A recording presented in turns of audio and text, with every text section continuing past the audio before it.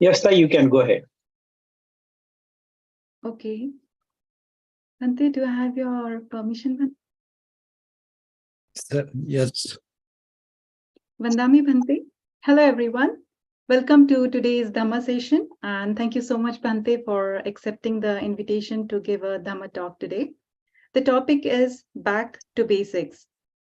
Venerable Bhante Shantha Sobhana was born in September 1975 in the sacred city of Anuradhapura in Sri Lanka.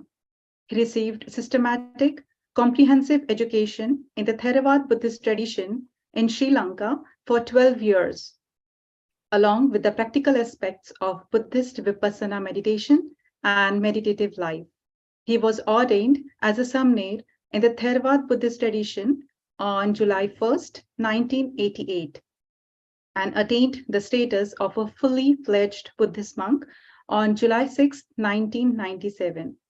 He started learning samatha and vipassana meditation as well as yoga from a very young age.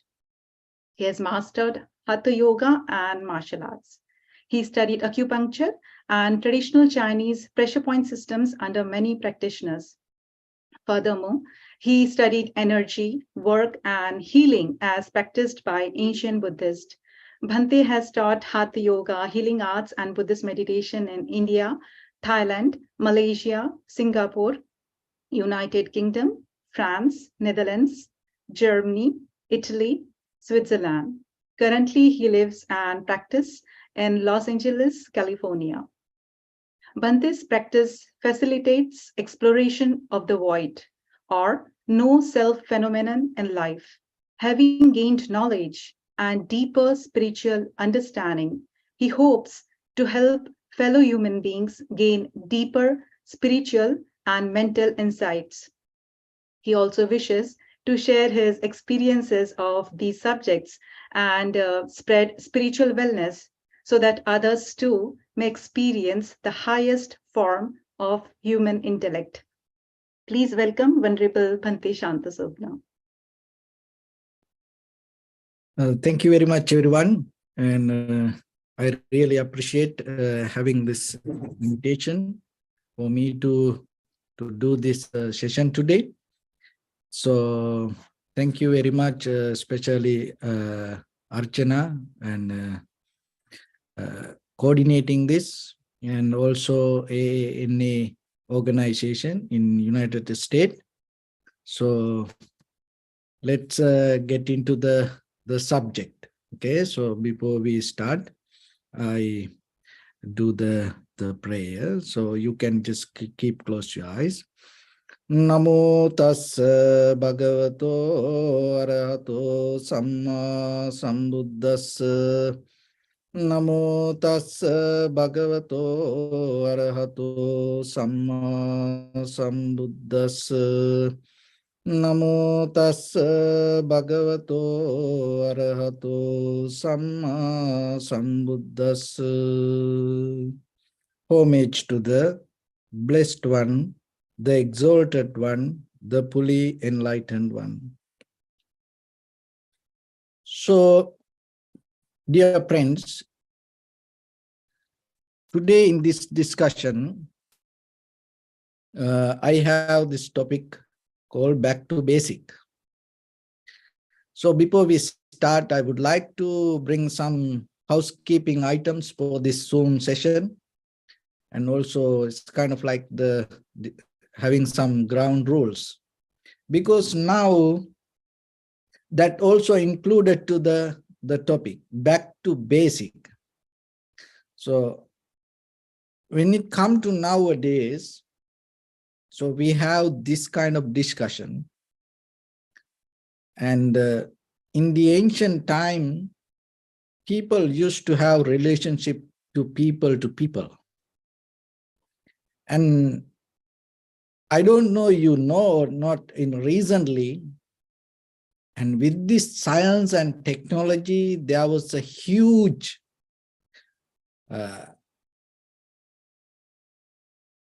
kind of like interference in the society, and at the same time in government level, now they already planning people to have a relationships with the screen. So they came with some kind of methods, rules, especially for children, to have a healthy relationship with the screen. Why? Because more than any other time, we just spend our time with the screen. So then, when it comes to this session also, so we all have to have a better relationship with the screen. And for that, I don't know who you are and where you are and what you keep doing, because you can just on this screen, maybe you would start to keep doing something else. Maybe you eating, maybe you lying down or watching TV and listening, or maybe you're just doing something else. But for this session, to build up a good, healthy relationship with your screen, it's better that you connect with this discussion 100% with the very conscious decision. And at the same time, it is not kind of like that you have to have a intention, oh, there is a monk, keep talking. It's not kind of like that. Because if we go back to the basic level of our communication, like sometimes our students come to temple and they make this kind of like a tea, or they prepare something and they come and they offer it, and then we have a kind of like a very friendly discussion. So in that kind of environment, we get the best out of the both of us, from me and at the same time whoever come to us. So then it is better for all of us to go back to that kind of relationship when it come to specialist study. Just imagine whoever went to Buddha in that time, or if they heard there is a monk or enlightened master. Even some people, without seeing who's the Buddha, they may heard the word from far away from another person, oh, there is a Buddha in that city. Just hearing that, they left everything and then start to go towards the Buddha. And even whoever come to Buddha, and the Buddha didn't ask many questions like nowadays. Just appearance itself build up the connection. So then when it go into this discussion, in the very first level, back to basic, always remember yourself. 3 years, 2 years, 3 years back, we had a totally different lifestyle.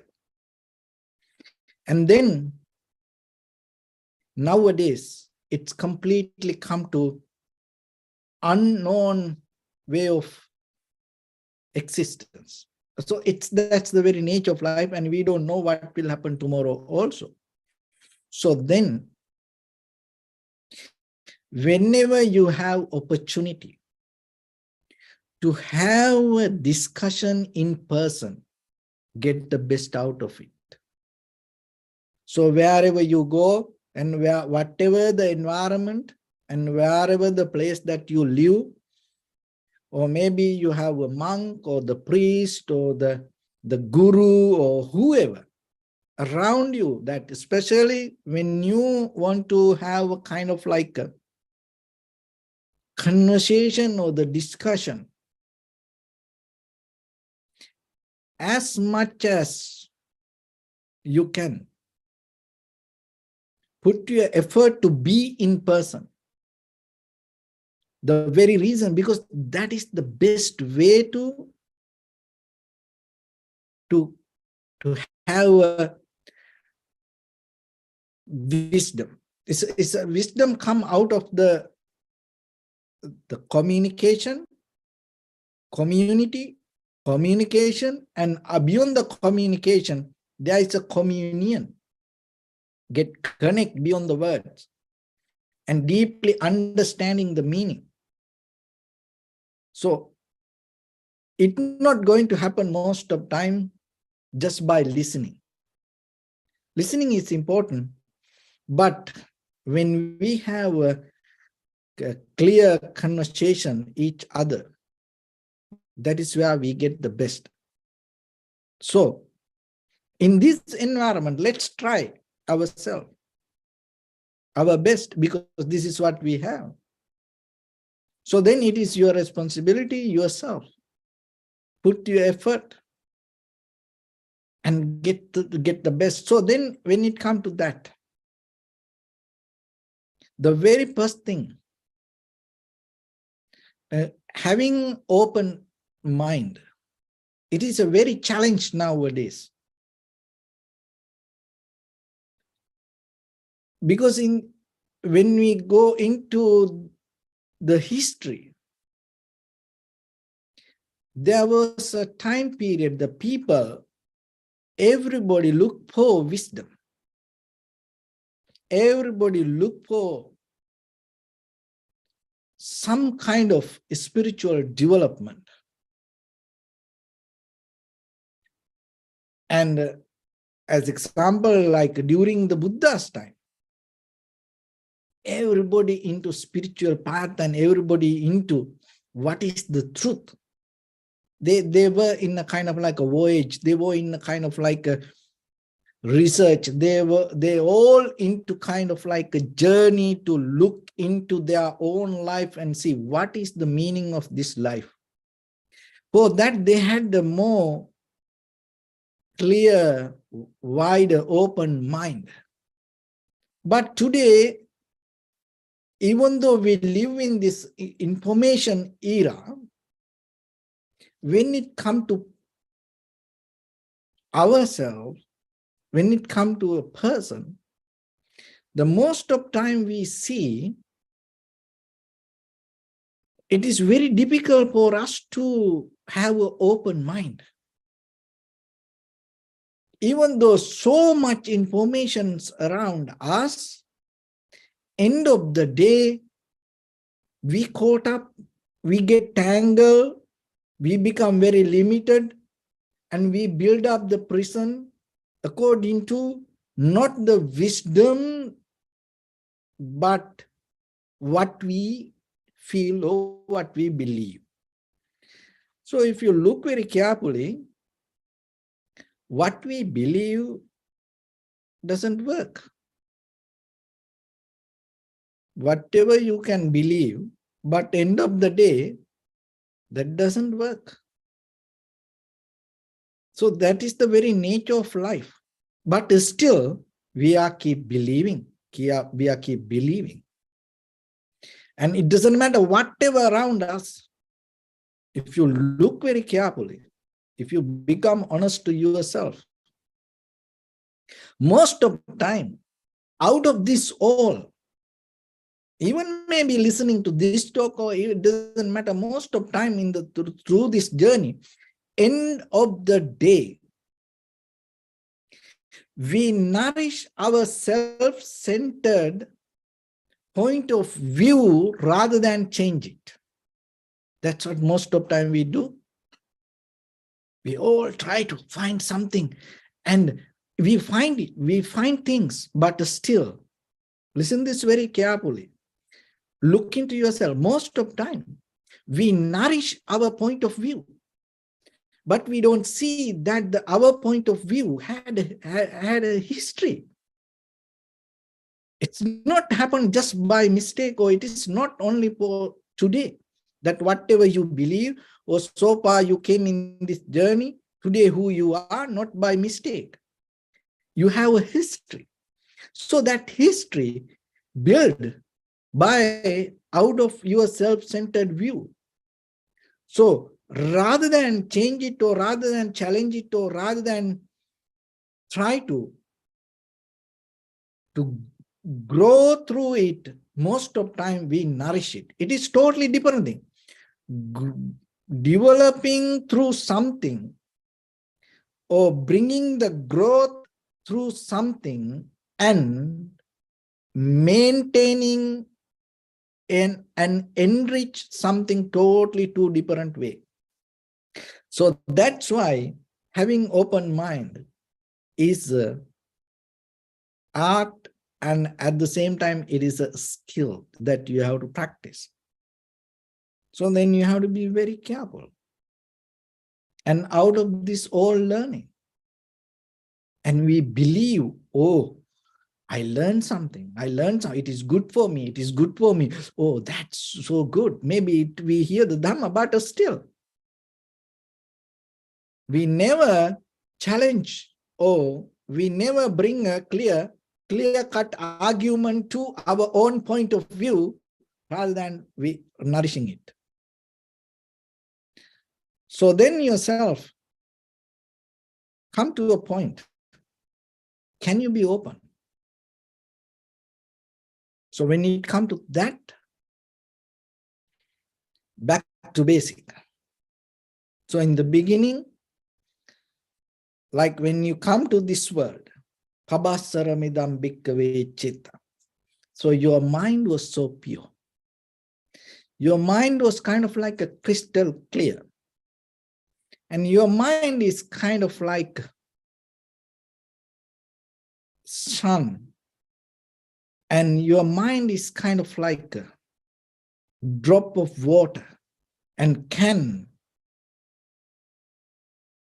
flow it to any direction. Your mind, from the beginning, when you come to this world, the very first day when you born, just imagine the very first hour that you born. You like the wind. You are ready to go into any direction. But by the time today, what happened to you? You became very limited to many things.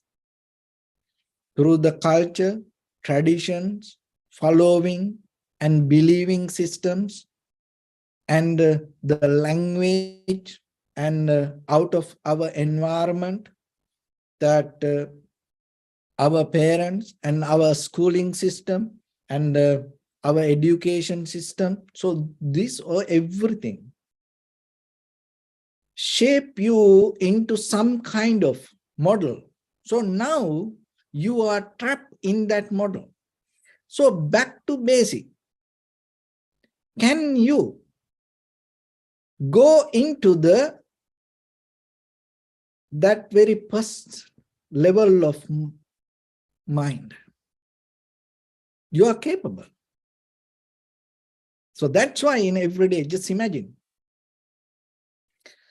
like when it comes to situations, so in my personal life, and sometimes situations happen, and in that situations, I was thinking, oh, it happened to me, why it happened? Oh, I was always try to struggle. So then I went to a meditation center. And in that center, there was a bench. And I was sat and just looking at the mountains. And then there was another very old monk. And he used to always cleaning. And he came to me and asked, what happened? And he just asked, what happened? So I have to tell now. So I told him, this is what happened. Oh, now I don't know what to do. So then he told me, so look at that mountain. And that mountain is there, but beyond that, this sky. is so unlimited. So you are not that mountain and you are the sky. And when I heard that, from that day to today, it's like now, like more than 30 years. From that day to today, I'm not afraid for anything in my life personally regarding any situations. I don't have any fear because I'm not limited to myself when a situation comes. So then yourself, whoever you are, I know that your life always go through up and downs. It's not a kind of like unchangeable life. It's always up and down. Situations come. And sometimes you are in situations you can't get help.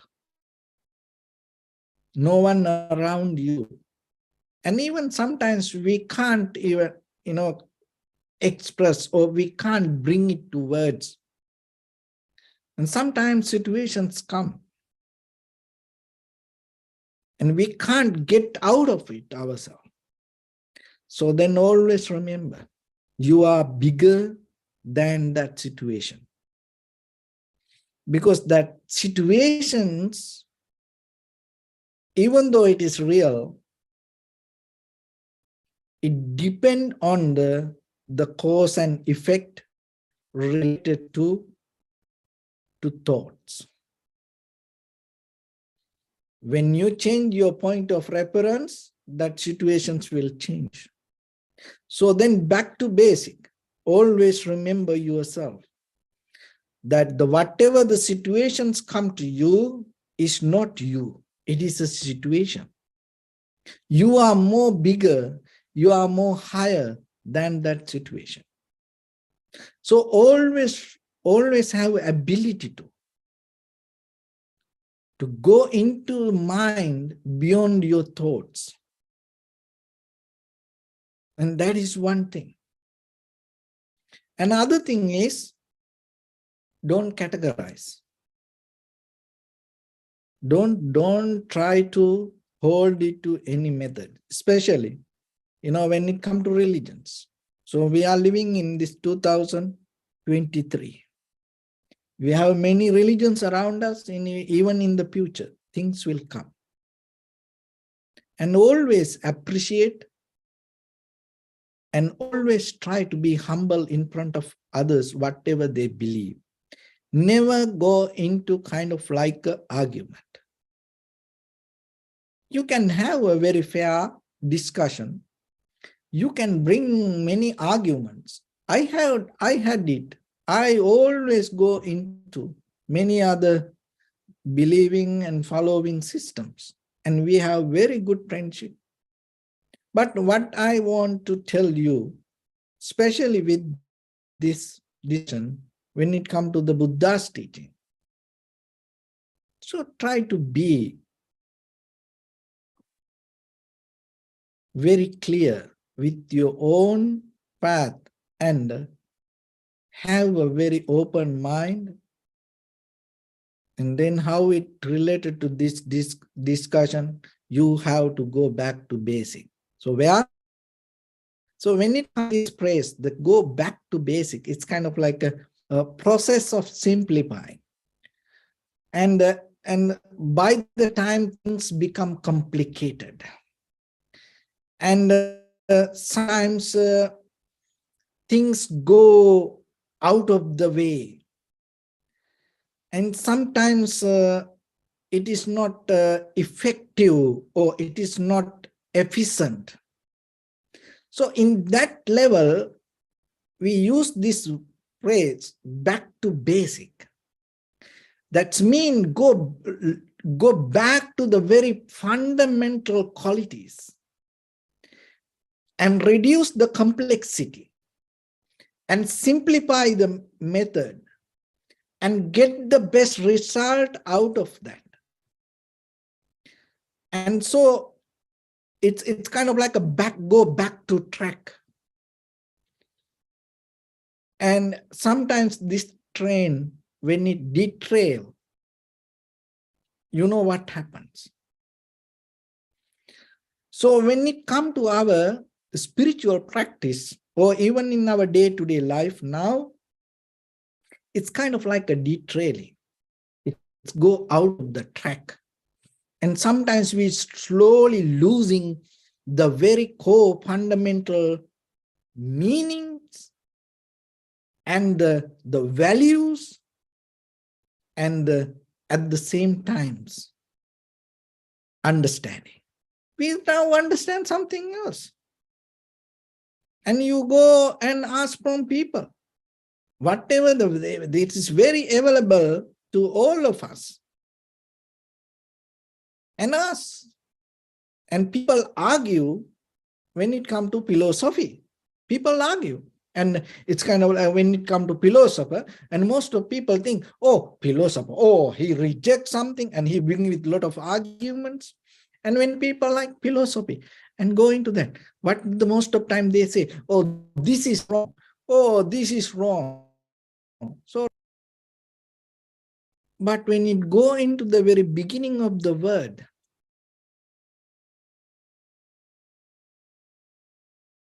if you look the very meaning,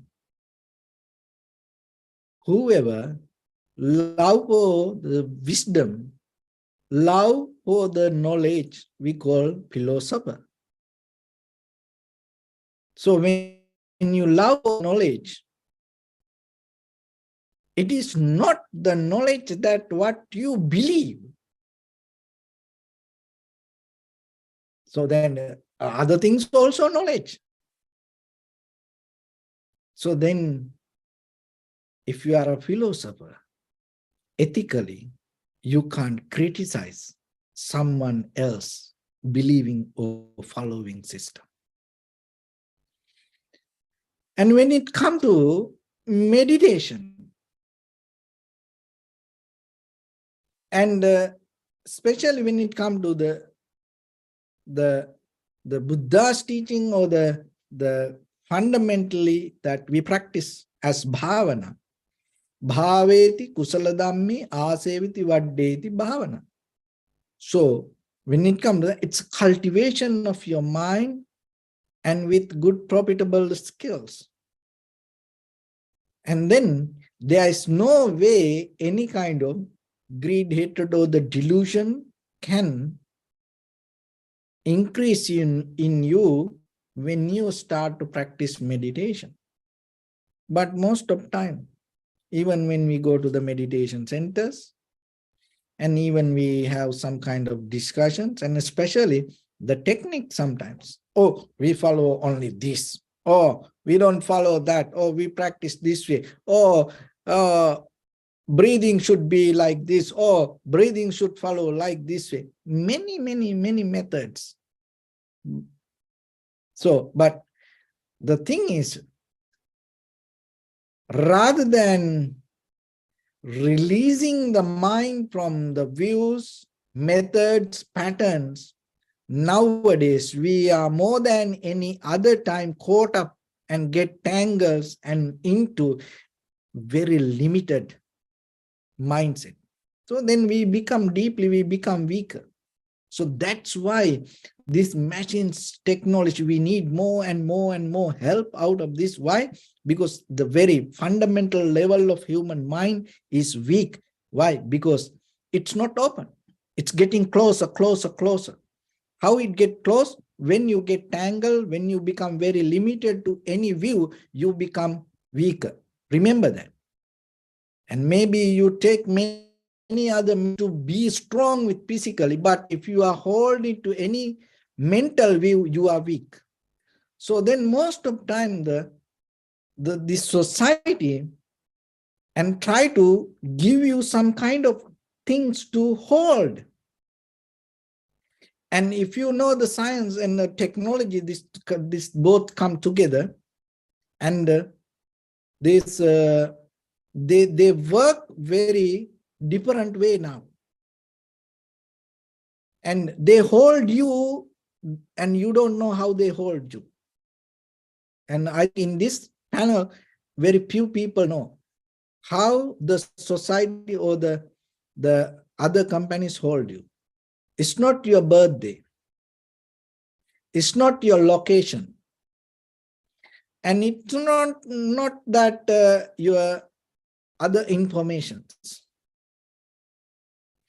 And recently, this TikTok CEO and had a discussion with this TikTok.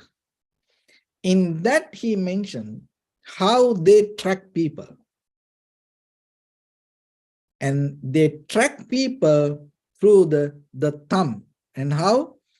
And when you use this, and if your thumb hold a certain video for 1 second, 2 seconds, they know you like it.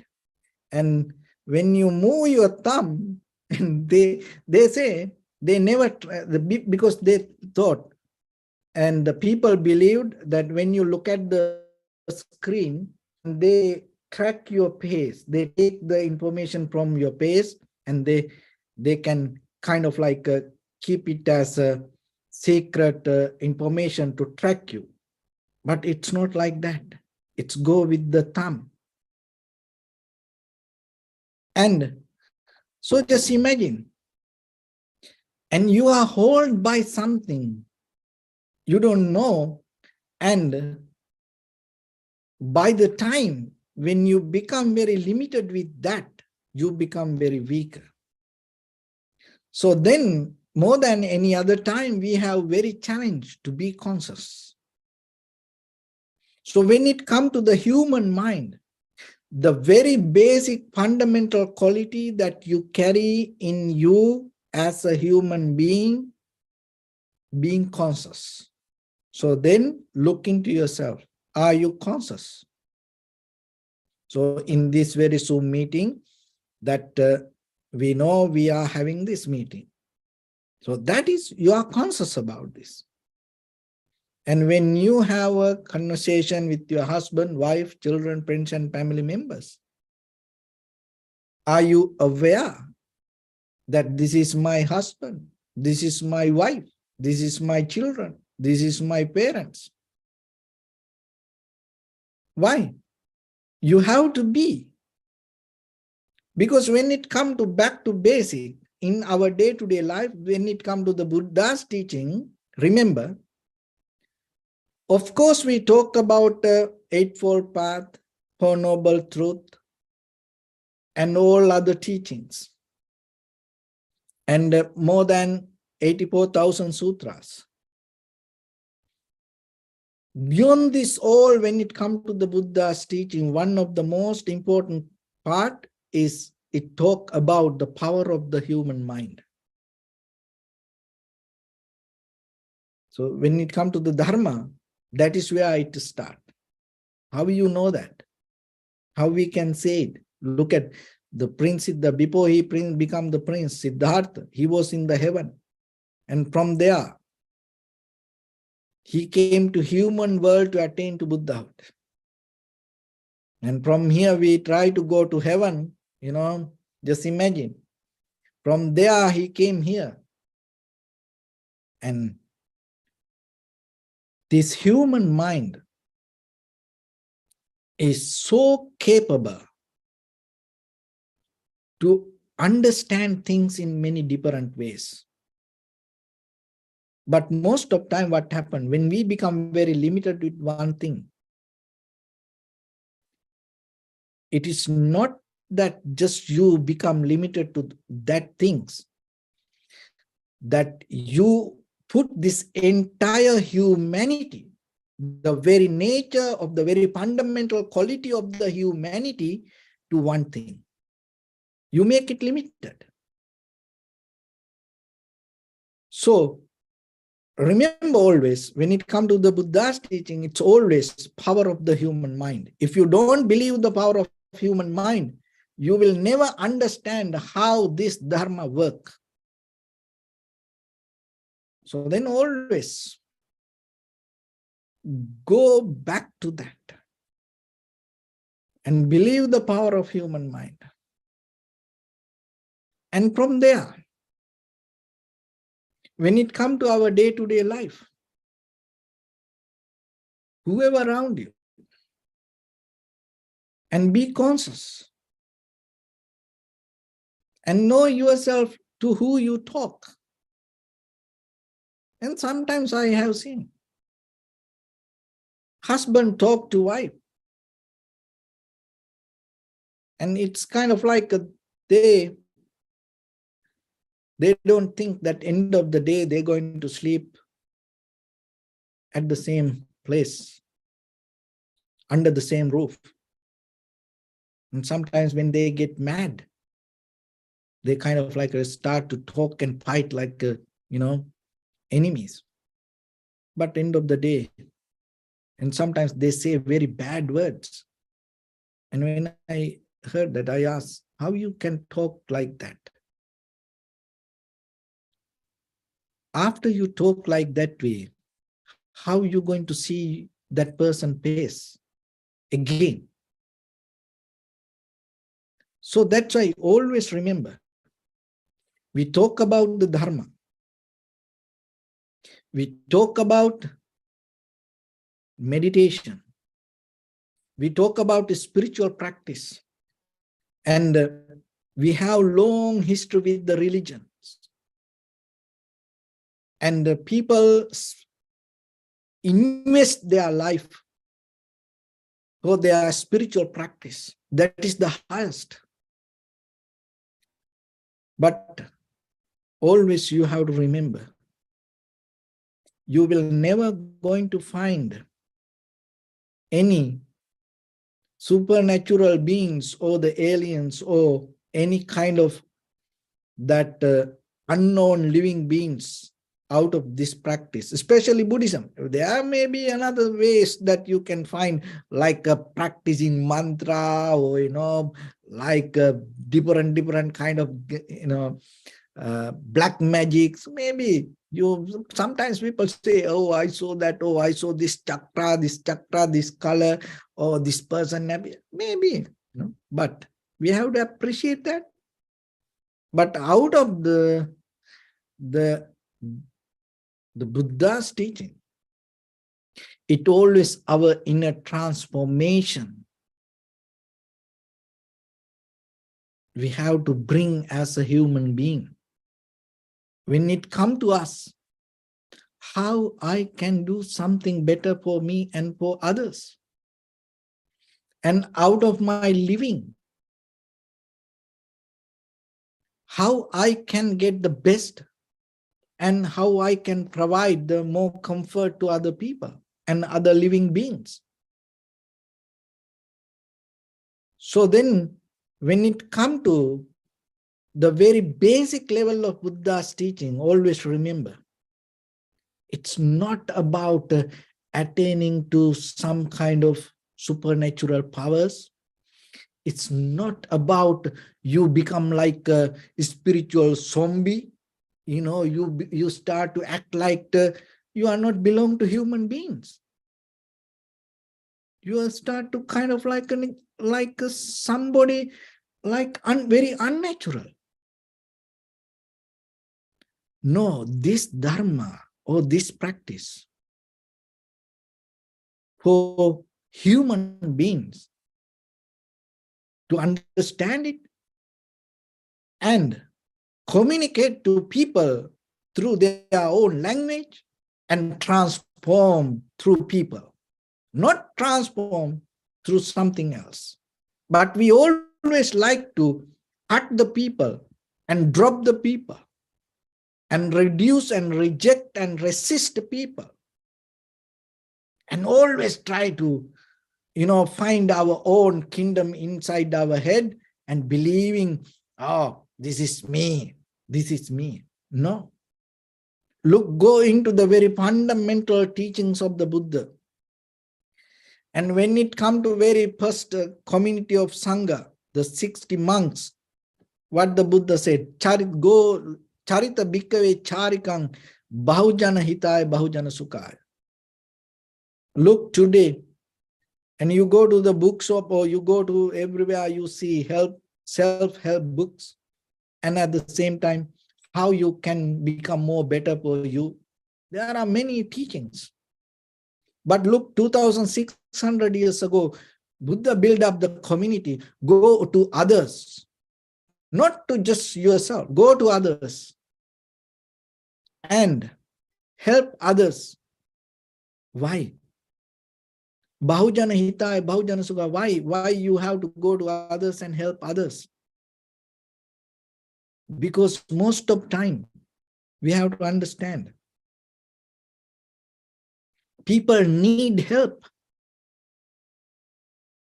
That help is not a kind of like a deep, the kind of like a something that we can give hand to hand. Maybe you think, oh, help, give a lunch packet, oh, help, oh, give this, oh, give help, oh, give that, oh, I give this, that, you become happy. That is not the help. Because deeply, both you and me in a journey, it doesn't matter you will believe it or not. We all are in a journey. In that journey, we have two tasks. One is recovery. We all try to recover. Why?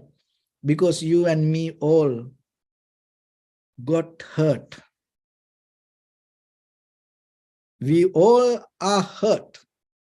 And somehow we all like to find something. That's why even you are just sitting here and listening to this. Because you look for something. So then from today, remember, maybe you can't go into to more larger community or scale, but always remember, when it comes to your life, husband, wife, children, parents, friends and family members, neighbors, they need help. That help is not that what the help that we do around this outside world with the material things. That help they need with the loving kindness, compassion, more deeper. It's kind of like being there and trying to more listen. And in that way, you help them to recover. And always remember, don't focus to unknown people. And don't depend on kind of like the idea of perfection. There's nothing like that. There's no something perfect. If something perfect, you know what happened? It cannot exist. So existence means the imperfection. Remember that. So don't quote up the idea of perfection. Don't look for that. It's not there. It's not about something. Don't look the perfection from your husband, wife, children, parents, brothers, sisters, friends, and family members, or your partners, or from your loved ones. It's not there. And have the flexibility. That is the most highest power that you carry in your mind. Adaptivity. When you become very conscious, that is what you gain. Not to develop kind of like a preconditioned mind or developing any kind of like a format to become a machine. No, you are so capable to adapt to any situation. So keep that ability in you. So when the idea comes for you to hold it to perfection, what happens? You become weaker. So then the second one, the quality that make you weak, you look for perfection. You caught up in the idea of perfection. So remember, there's nothing perfect. There's nothing. You will never find that. You will get hurt. You will cry. Not in this life. Eons by eons, you will come here, will keep crying if you look for perfection. If you get perfect, you know what happens? you get out of. That's why once you attain to the enlightenment, you're done. Even lay person attain to enlightenment, if that person will become a monk within 7 days, that person cannot exist. How possible that? Because journey done. Anymore, you can't.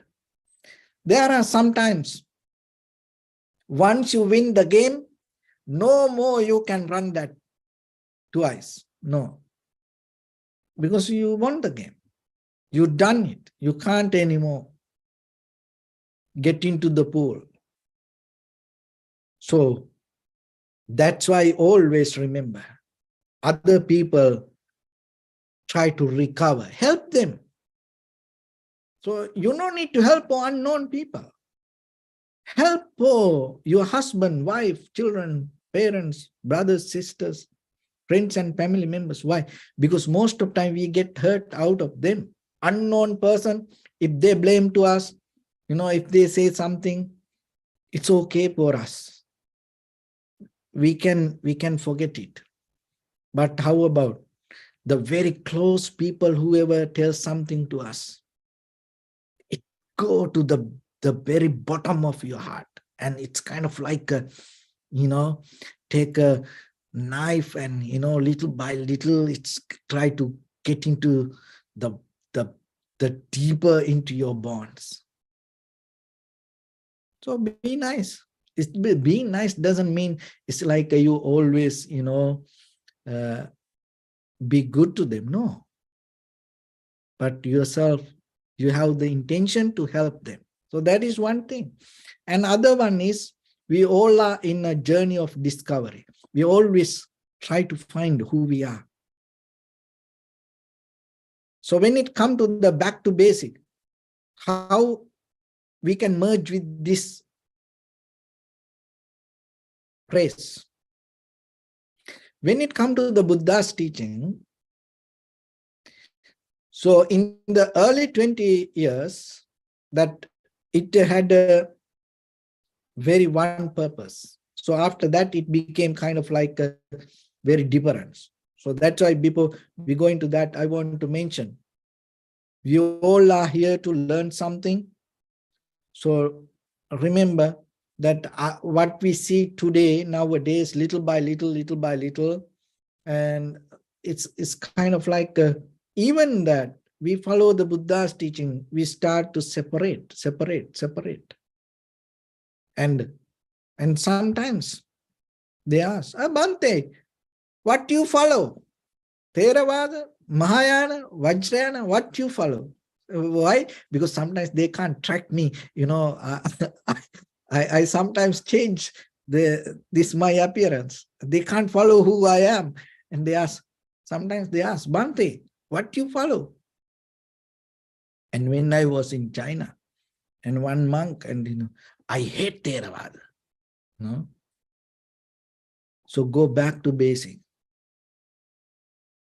In the very first early years, 20 years of the Buddha's teaching, and in that level, they had only one purpose. So don't try to categorize yourself, or don't try to, resist other things. Learn from everything.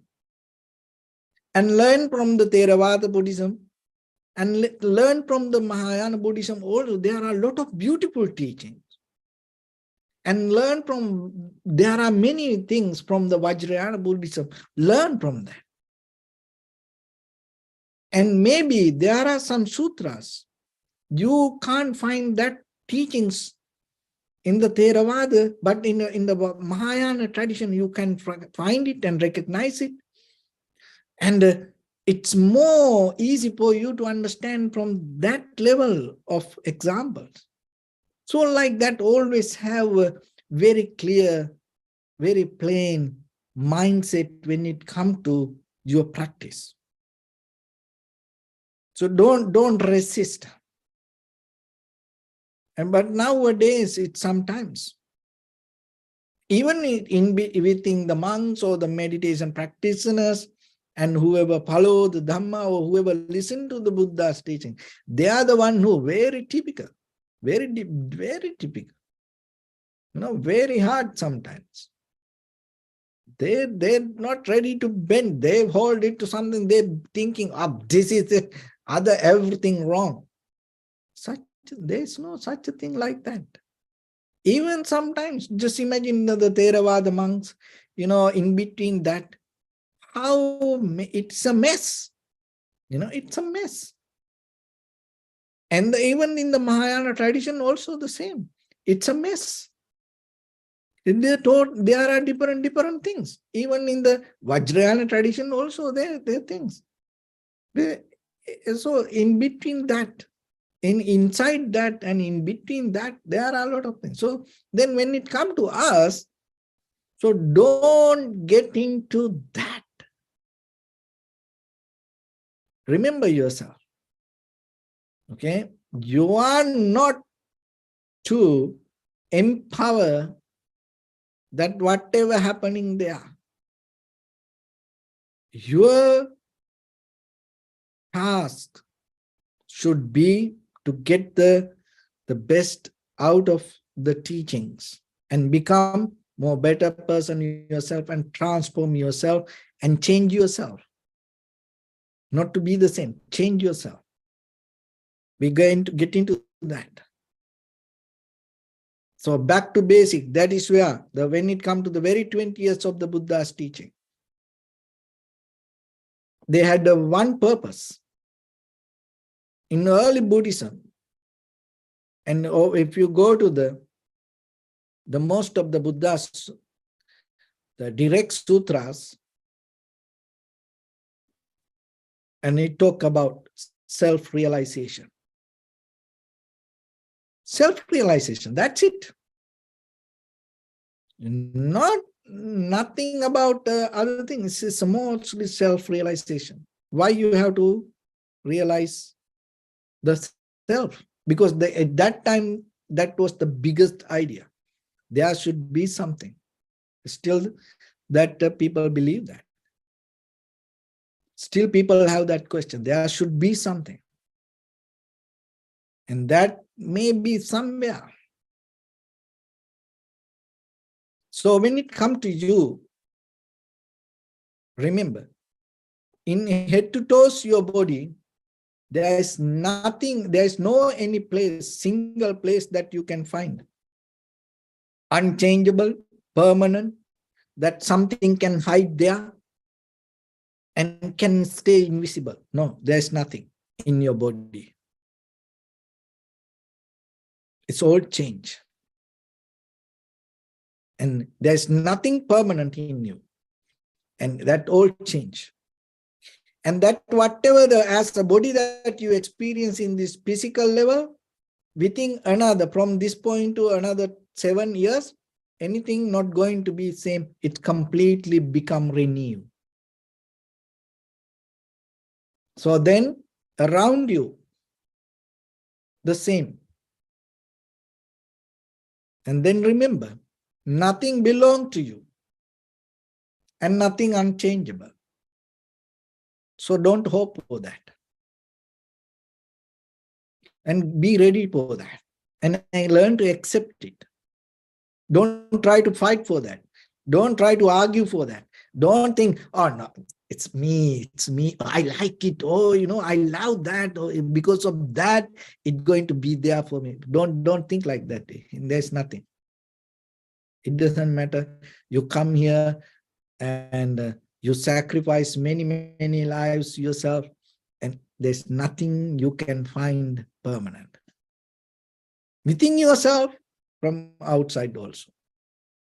So accept that. So then when it go into self-realization, rather than seeing the change in this very conventional life for you and me, the one of the important thing you have to remember that you when it comes to your name, your form, you know who you are, you know how you look like. And you carry the name, and you have some kind of identity. So that your own self-identity, you believe as you. So identity means you match it with something, and if that both come together, if it is come together, then it's going to become your identity. That's the very meaning of the identity. The matching. You match always to something. And you go somewhere, just give me your identity passport, and they look in you, and you, okay, it's the same person, okay, your identity. But when it comes to deeper, it's not like that. I tell you a secret. You know, inside you, there is an unknown person. You may never saw that person yet, but you keep eating, feeding, thinking for that person, and maybe doing all other things. You giving everything for that person, but you never saw that person yet. That's why Buddha said the self-realization is important. That's why you have to realize yourself, who you are, basic level, very first level, that who is inside this, because underneath your skin, there is an unknown person. That means if I simplify a small little bit, there is a dark side in you. And, look, when it comes to this Zoom meeting, you prepare for that, or maybe you go to a wedding, or you go to a party, you're going to meet someone, you prepare for that. You appear. That appearance is not you. You hide a lot of things. Let's imagine suddenly, one of friend called, hey, I'm in front of your house, can I come in? Maybe you hide a lot of things under the bed, under the chairs, and you hide here and there. It's quick fix. So like that in your life, most of time, you hide a lot of things in you. It's not happened today. Through this sansaric journey, it's keep happening. So now this dark side it's strong. It's all in all of us. This dark side, it's very difficult to get out. The thing is, if you don't clear this dark side, remember, the journey going to keep happening. So then yourself, it is your responsibility. Get into this dark side and clean it. So that another way it called bring the light to you rather than keep that darkness in you. So deeper inside us, there are a lot of things we don't know about us, but still we keep repeating. Another way we call it, we are maintaining that dark side inside us. So if you keep maintaining that, remember, by the time you are the one who going to get into many difficulties, troubles, you may change the place, change the environment, change the people, change the situations, change the time, change the space, but still you are going to be in difficult situation because you are the one who carrying that darkness in you. Why? Because that darkness is kind of like magnet, keep bringing you to it. Same like this, you can do it. When you have like a hurt, when you hurt, you know that. You go out, you can do it. When the day you get hurt, you go to somewhere, maybe park or shopping mall, or maybe you can get into a bus or maybe somewhere. And someone will, most of time, will talk to you. And that people who ever talk to you also have the hurt in their heart.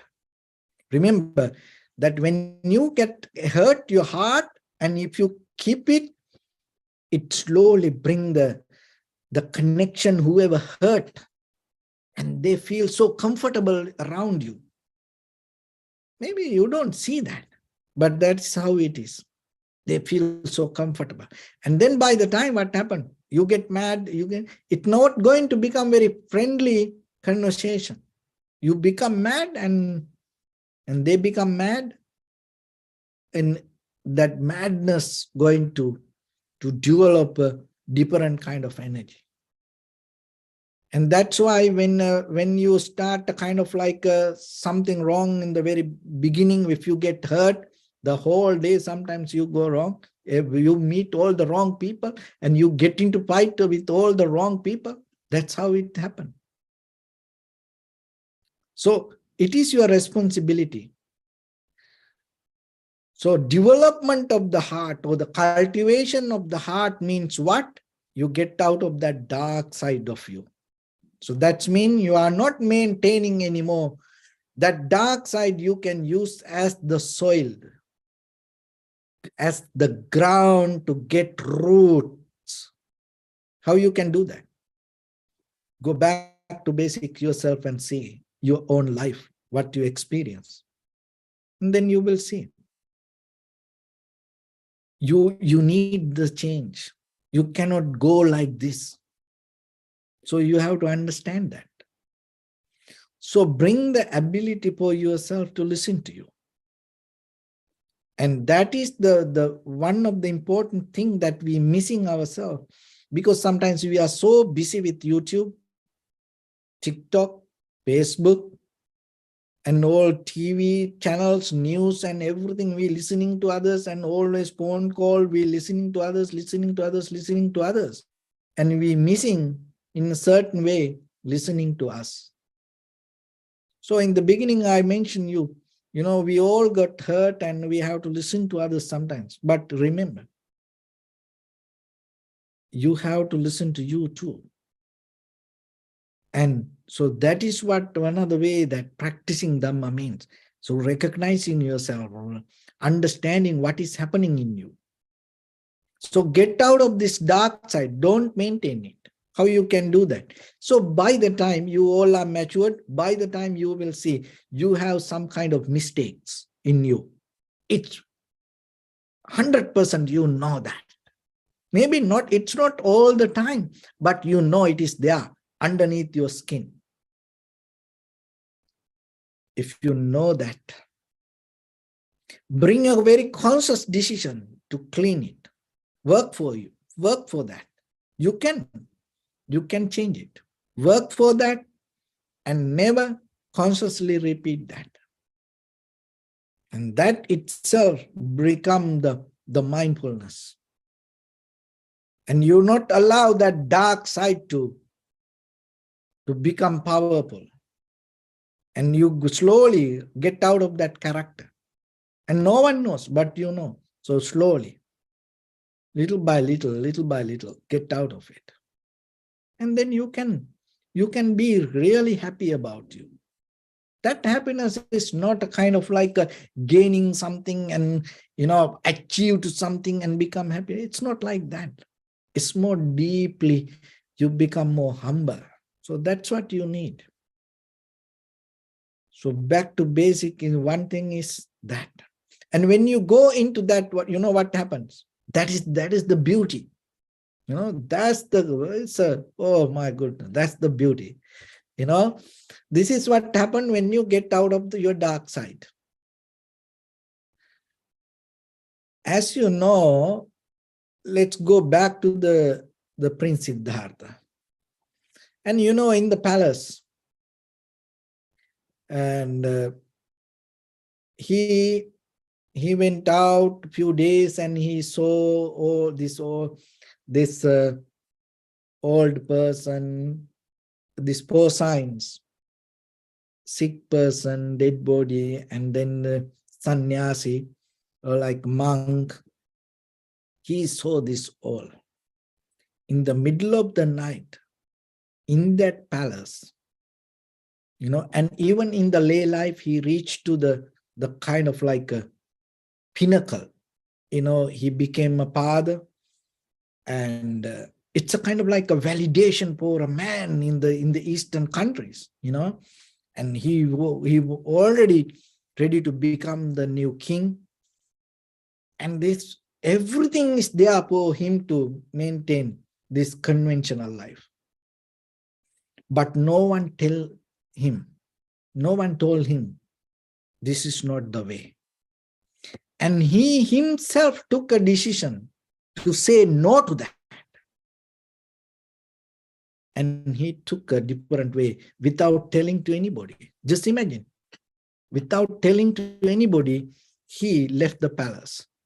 It's not happened by mistake. He took a very conscious decision. That's how you can know that, because he didn't tell to anyone. He planned it. That's mean what? It's not by mistake. He took a very conscious decision. How people can do that? That's the magic. That is what you need. Because sometimes you say things, you want to do things, and everybody know that.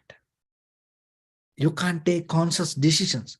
When sometimes before you come to the bridge, you cross it, then you become unsuccessful. One of the things that to become unsuccessful in this world, the people around you, because sometimes a lot of people don't have the capacity to hold your success. So then before you reach that, what happened? They say, no, you can't, and they pull you down. So that's why look at the Prince Siddhartha. This is what happened when you get out of the darkness of you. When you work in you to become a better person, and when you get out of all the unprofitable skills, this is what happened. You are capable to get a very conscious decisions by yourself. This is what called you get into your gut feelings. That is what you need. That is what the Buddha means. So then from that place, he went to Alarakala. And the Uttakarama's the Buddha means Uttakaram is the father. His son used to maintain the temple, the school. Uttakarama's Putta. And it's also like a huge, school. And these both places. And offered him, okay, you are the best, take it. And he told. But himself, no one guided him. He told, this is not for me. This is not for me. And then went to the 5 ascetics. And all these 5 ascetics told, this is the best ascetic practice, and this is where you can gain the Buddhahood. This is what we help you, you will be with us. And he used to do all the things. And he used to do all the crazy things that other people used to say. But finally, he understood that is not for him. Look, that is what the Buddha. So who you are then? When you say Buddhang Saranang Gacchami, what you mean by that? And have a person to be with your gut feelings. When you know this doesn't work. You know this is not for you. You know that. But when it comes to in front of others, you accept it. Do you destroy your life? Not somebody else.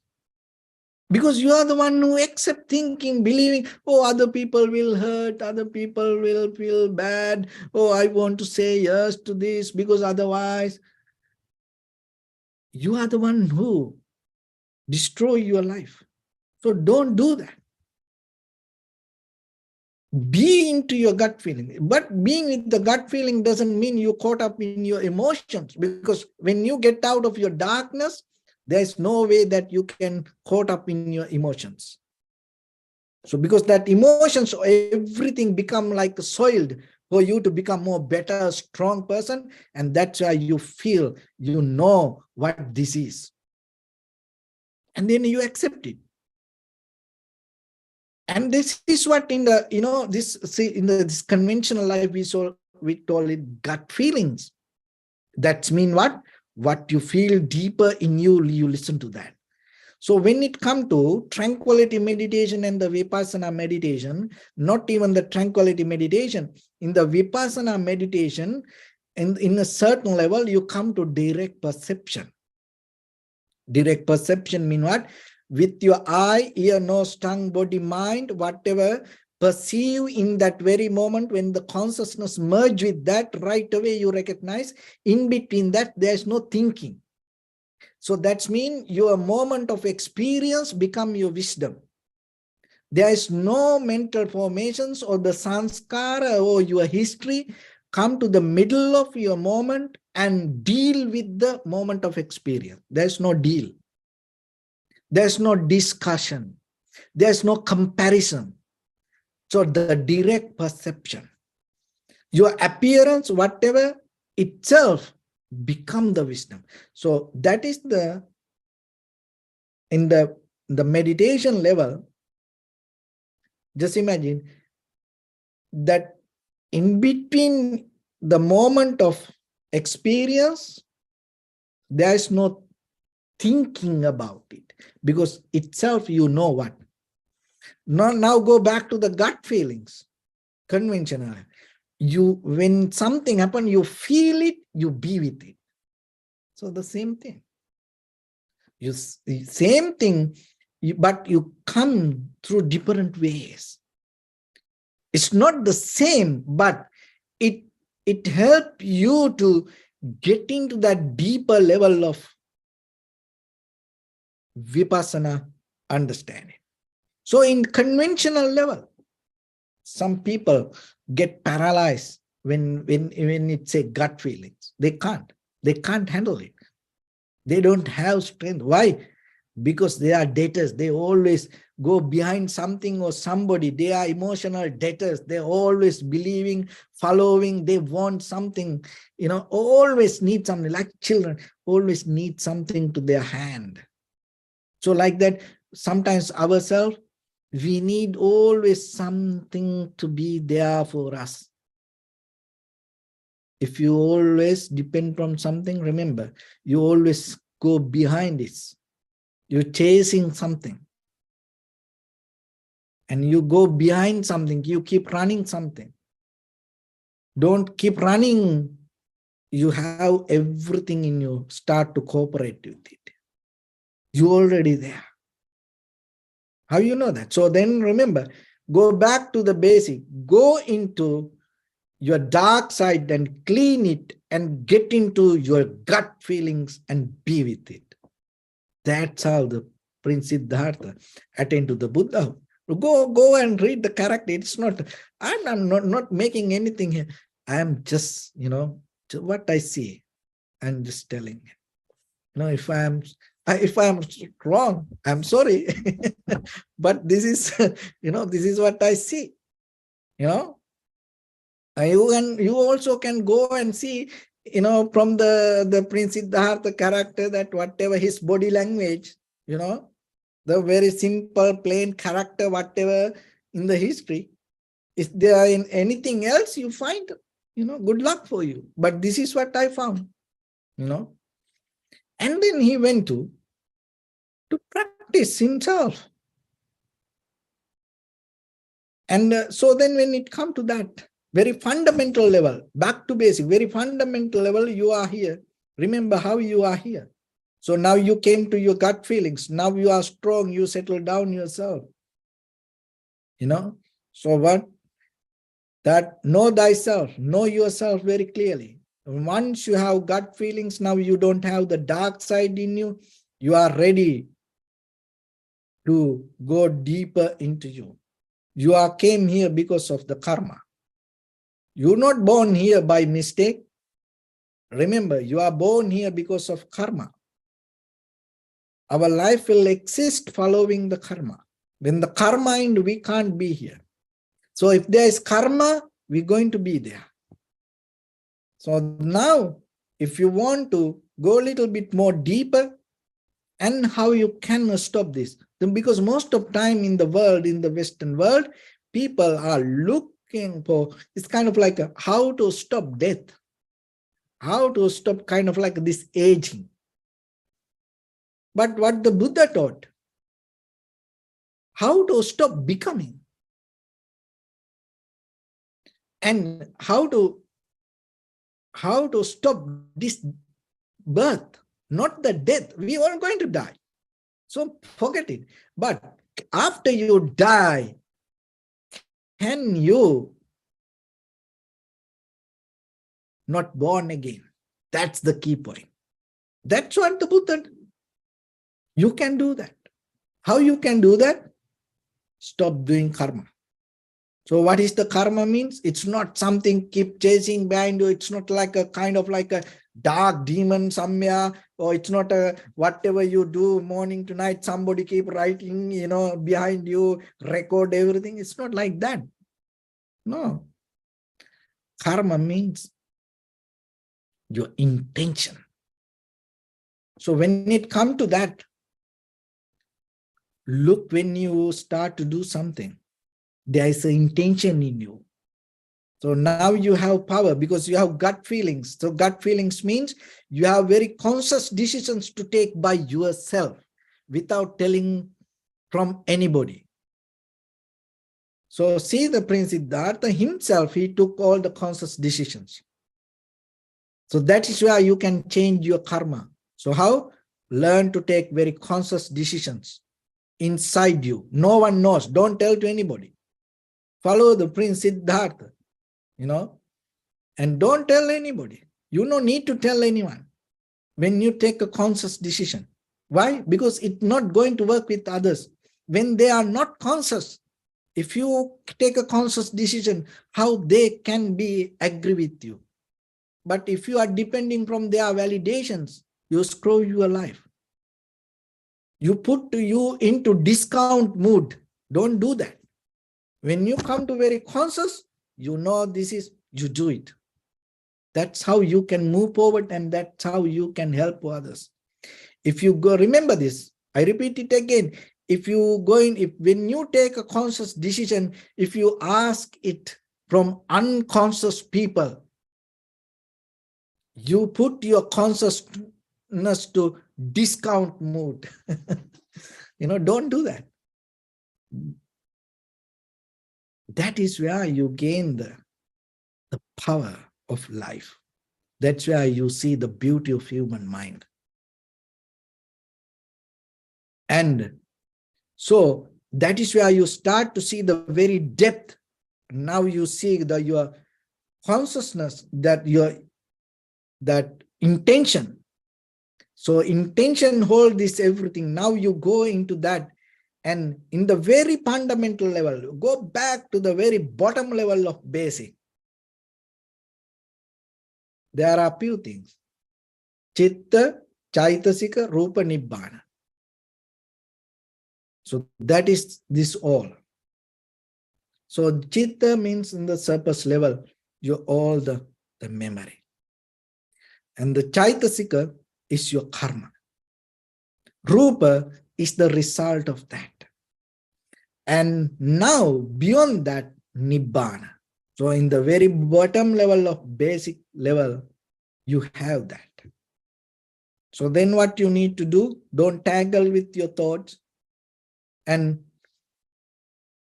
don't get into your dark side, and get out of it and be with your gut feelings, and then the surface level will change, and then you have ability to go into take a conscious decision, and take that conscious decision, and then you will get into the depth that the Nibbana level is there. Get it? But out of this whole, what happened?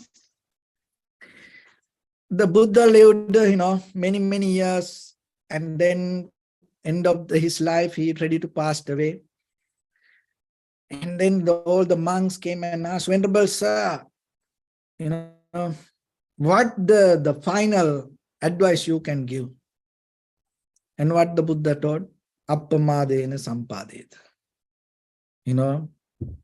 This heedlessness.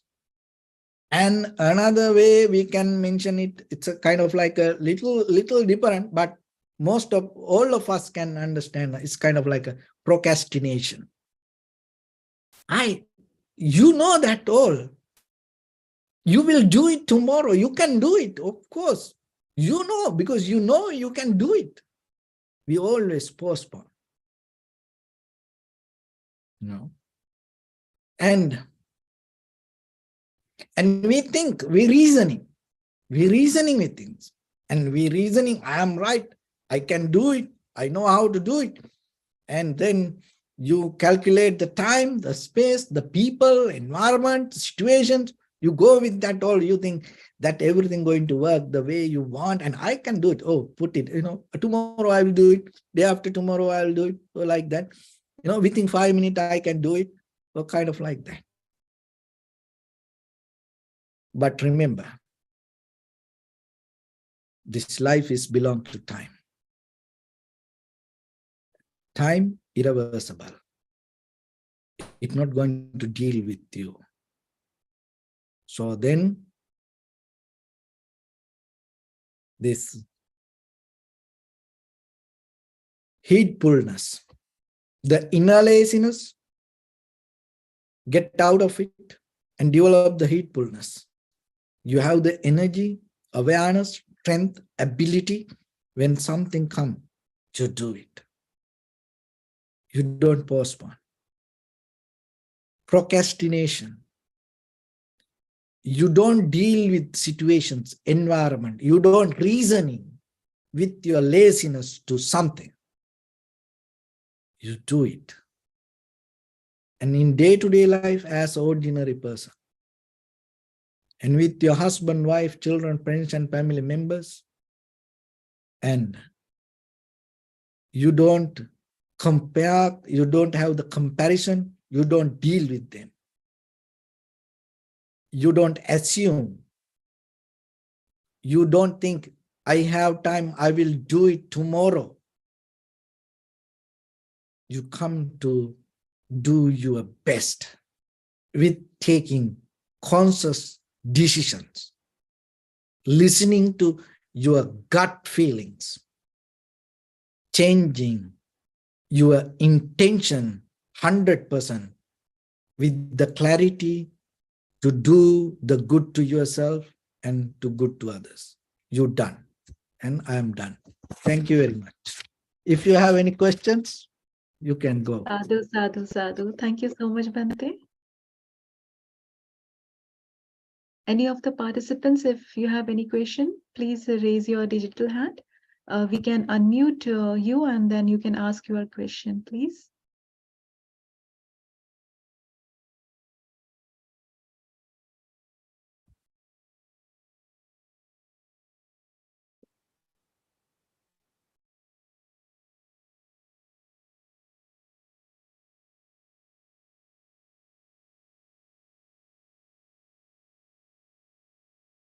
Pankajji, do we see any question in the chat box? No, guys, we don't. I'm just kind of trying to see if there were anything that showed up on the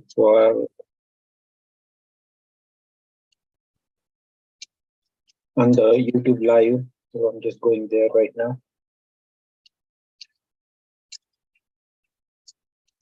Sure, thank you.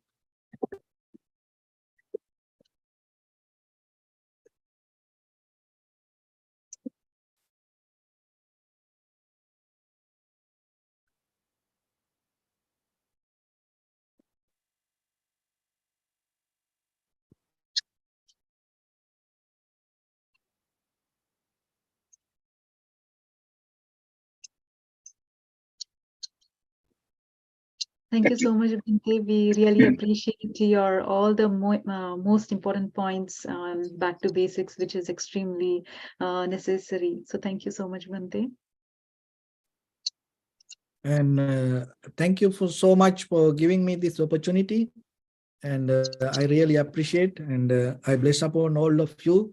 And by the power of this meritorious act you performed today, may everyone stay healthy and safe, and may no harm come to you, may no difficulties come to you, may no problems come to you.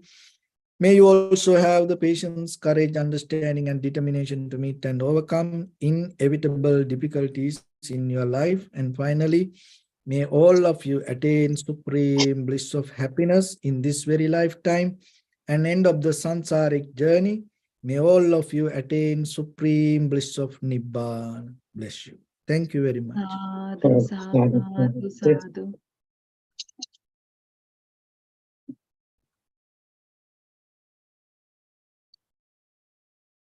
Thank you so much, Bhante. And I see one question in the chat box, Bhante. Yes, yes. Should we take that, Bhante? Yeah, it's okay. If you have time, it's okay.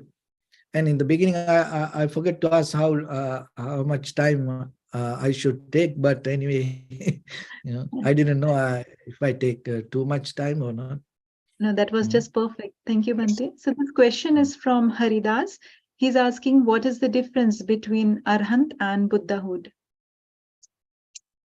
So the Buddhahood is the Buddha is the one who the very first level, the first time understand the path. And then from that point, others follow the path and achieve to that path. So Arahanthood is the achieve to the path following the Buddha's word. But the Buddha's, that task is so huge and different. For the very first level, for the very first time, just imagine that today we can, ring the bell and get the sound. We all know there is sound, but just imagine for the very first time to getting to that human consciousness, this method, how it is possible, how it going to come. And the person need to go through a lot of experiment to get into the exactly right, the method. So that is the Buddhahood, And after that, following that, we get into that is it's not kind of like easy, but you have the path. Yeah. Thank you, Bhante. Thank you so much, Bhante. It's a gentle reminder for all the participants also about the upcoming 4-week series, which is going to start from next week on the topic, The 10 Perfections of Bodhisattva by Venerable Bhante Chandamukha from Myanmar.